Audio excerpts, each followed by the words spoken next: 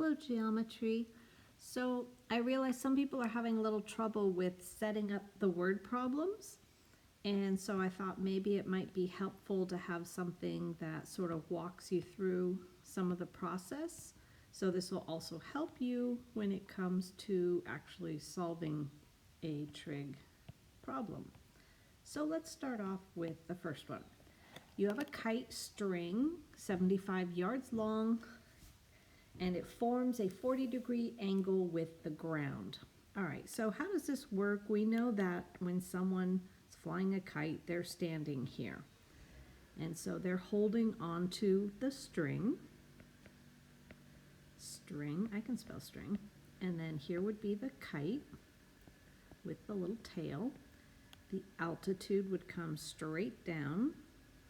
And so again, you always know there's going to be some sort of a right triangle. So if you just draw a right triangle, then you can kind of maybe even just label the sides.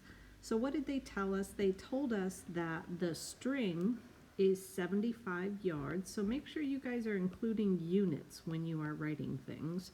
75 yards long. The string forms a 40-degree angle with the ground. So the ground is here. So you're finding the angle between the string and the ground, which is there. That's going to be 40 degrees. How high is the kite? That's an altitude. Altitude is always along a perpendicular. Okay, so now comes the trig part. So let's remember that we're dealing with sine is opposite over hypotenuse. Cosine is adjacent over hypotenuse. Tangent is opposite over adjacent. So we want to see which two sides we have some information on. So here's my angle of reference. That means this is the opposite and this is your hypotenuse. So O and H goes with sine. So how do we set that up? We say the sine of an angle, which happens to be 40 degrees, is the opposite over the adjacent. That would be our setup. And since we're trying to solve for x, we're going to multiply both sides by 75 so that this cancels. And then on your calculator, you can just enter this exactly as you see it in degree mode. And it did ask us, let's see, now it did not specify what to round to, so we will round to 1 decimal place. So when you enter that on your calculator, you'll get x equals 48.2. Please make sure you guys include units in your answers. So 48.2 yards. If you're not getting 48.2, it might mean your calculator is not in degree mode, so you might want to go back and check that out. Okay, let's try this next one.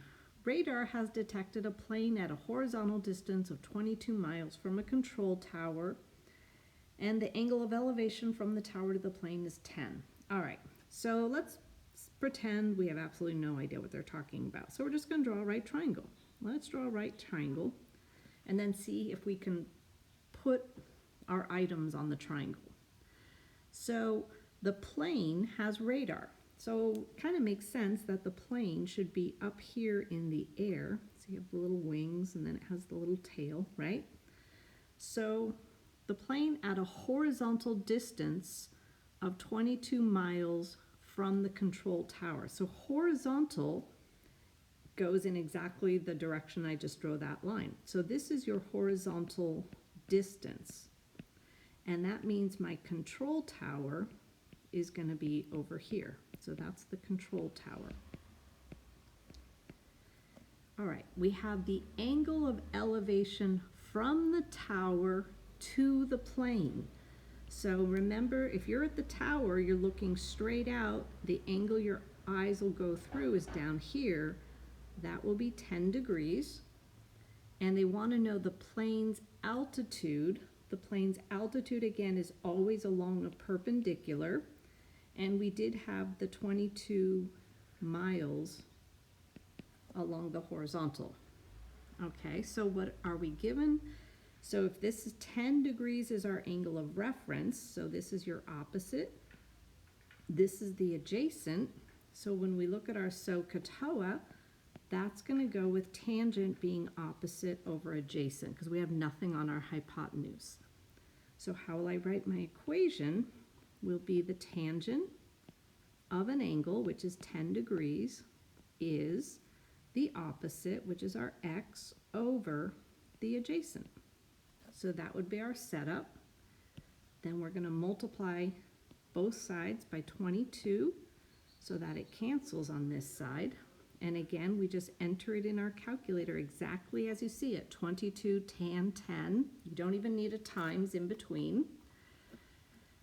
And now, oh, did I do everything? Detected horizontal 22 miles, angle of elevation 10.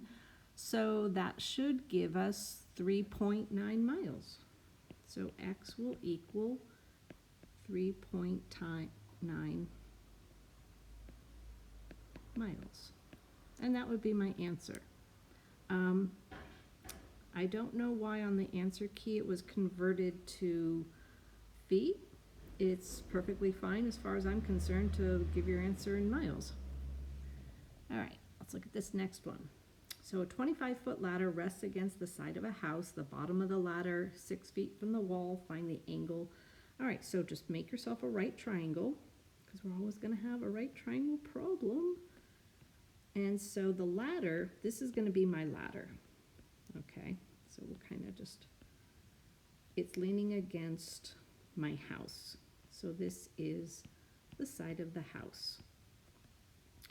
It is a 25-foot ladder. So we'll label the ladder as 25 feet. And the bottom of the ladder, so that's down here, is 6 feet from the wall of the house. So this here is going to be 6 feet. Find the angle, the ladder. So here's where some people are like, which angle do I want? Find the angle the ladder forms with the ground. So the ladder and the ground meets right here. So this is the angle that we're looking for. All right, so let's look at what we were given. We were given the adjacent and we were given the hypotenuse, nothing on the wall. So that means this is going to be a cosine problem. Cosine is adjacent over hypotenuse. So if I set this up, the cosine of an angle, in this case that's our unknown, is the adjacent over the hypotenuse. Now in order to solve for an unknown angle, that's where when you look at your buttons on the calculator, you have a sine, cosine, tan button, and right behind them you have that little cosine raised to the -1. That's not an exponent of -1, okay? It's actually called the inverse cosine function. And you have to hit usually like a second key or a shift key to get to access it. The way it works is if I take the inverse cosine of both sides, it cancels out the cosine. So what you're going to actually enter on your calculator is that second cosine and the same ratio, 6/25. And you just enter it as you see it. So you might have to hit second cosine. If you're in degree mode, it will give you the angle measure and then round to the nearest angle. No one ever does decimals with angles because that's just silly. Okay, so that should be 76 degrees. We'll go ahead and box that. Okay, now we have a 72-foot escalator. So an escalator is kind of like a ladder that's moving. It's rising 20 feet from the first floor to the second. Find the angle the escalator makes with the first floor. Okay, so let's just draw a triangle. If you're not sure, when in doubt, everything here is going to be a right triangle. So an escalator, again, is kind of like a ladder. So this will be my escalator, my moving ladder. And they told us it is a 72-foot escalator. So that is a 72-foot escalator. It rises 21 feet from the first floor to the second. So that means that this is the first floor, and up here when you get off, that is going to be the second floor. Hopefully that makes sense. All right, I know not many of us have been to the malls lately. So here's our 72-foot escalator. We want to find the angle the escalator forms with the first floor. So here's the escalator, here's the first floor. So again, this is the angle that we're looking for. And this is going to be very similar to, oh, I forgot to, sorry, rises 21 feet. So this is 21 feet. It's kind of like the altitude between the first floor and the second floor. So the setup is going to be very similar to the last problem because this is your adjacent. Oh, sorry, which we don't have. This is your opposite. This is your hypotenuse.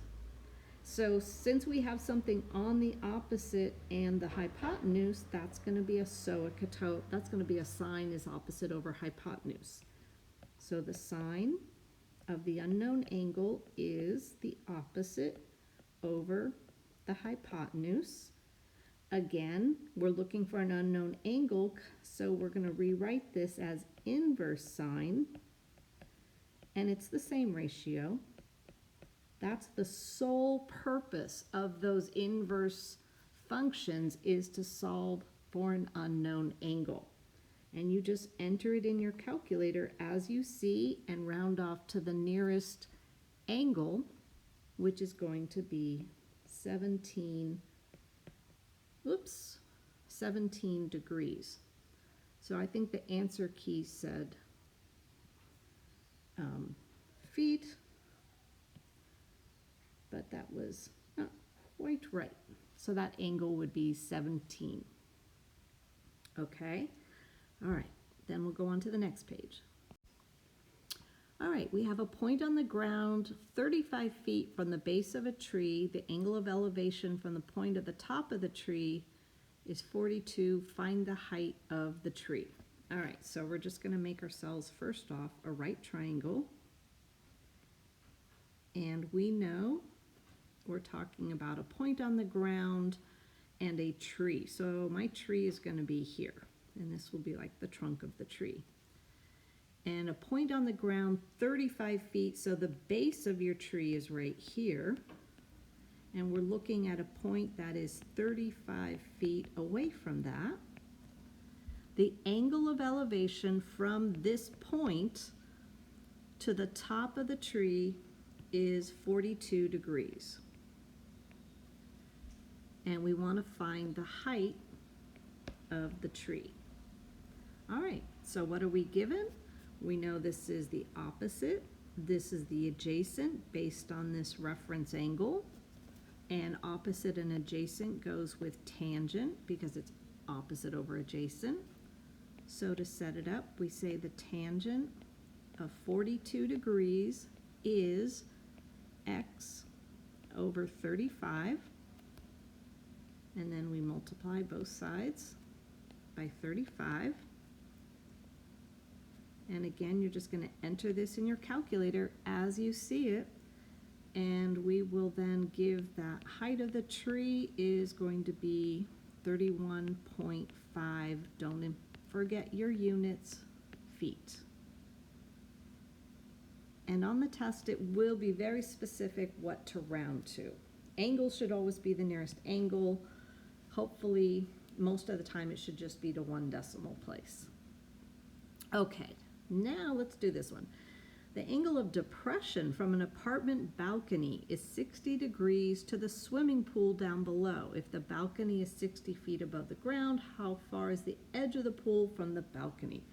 All right, we don't have to be really, it's nice when you guys draw these really detailed diagrams. It's always kind of fun to see, but we're going to keep it simple. We know underneath it all, it's a right triangle. So the balcony is going to be here. This is the apartment balcony, all right? And the edge of the swimming pool, we'll just, make it like that, water. There's water. I guess I should have done that in blue. It's all good. All right, so there's water in the swimming pool. The angle of depression from the balcony. So if you're standing up here, you're looking out on the horizon. The angle your eyes go through, that is the angle of depression. All right, that angle of depression is out here. It's not part of the triangle. But remember, you have the angle of elevation and the angle of depression are the same because they are alternate interior angles. So I can immediately put that angle down below. If the balcony is also 60 feet above the ground, so that's the altitude of your balcony, how far is the edge of the pool, which is here, from the balcony? So we want the actual distance between the edge of the pool and the balcony. So what we don't know is like that hypotenuse, because that's a direct line of business. It's not the distance to the base of the apartment building. All right, I hope that makes sense. So we want the distance from the pool looking straight up at that balcony. What is that length? Okay, so let's see what we are given. So here's our angle of reference. This is your opposite. This is your hypotenuse. So we know that sine goes with opposite and hypotenuse. So to set it up, we're going to say the sine of 60 degrees is the opposite over the hypotenuse.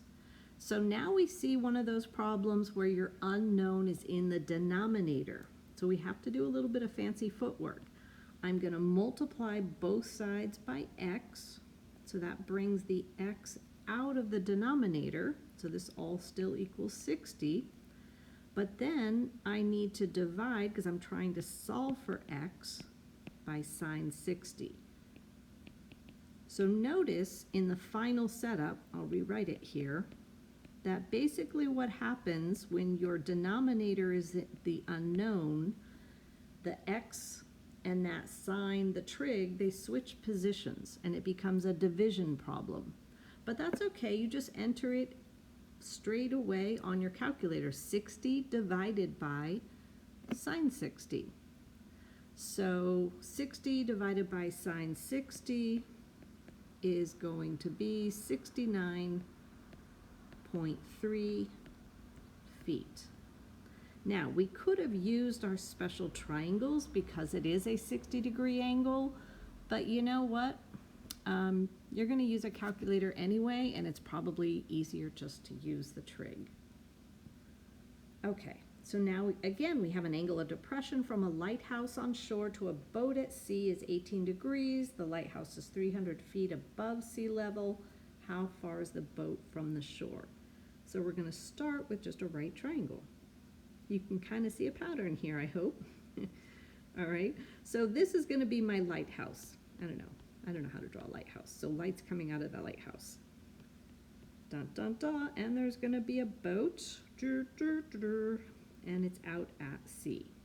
All right, so the angle of depression. So again, if you're up here in this lighthouse, you're looking out at the horizon straight ahead. The angle of depression is out here.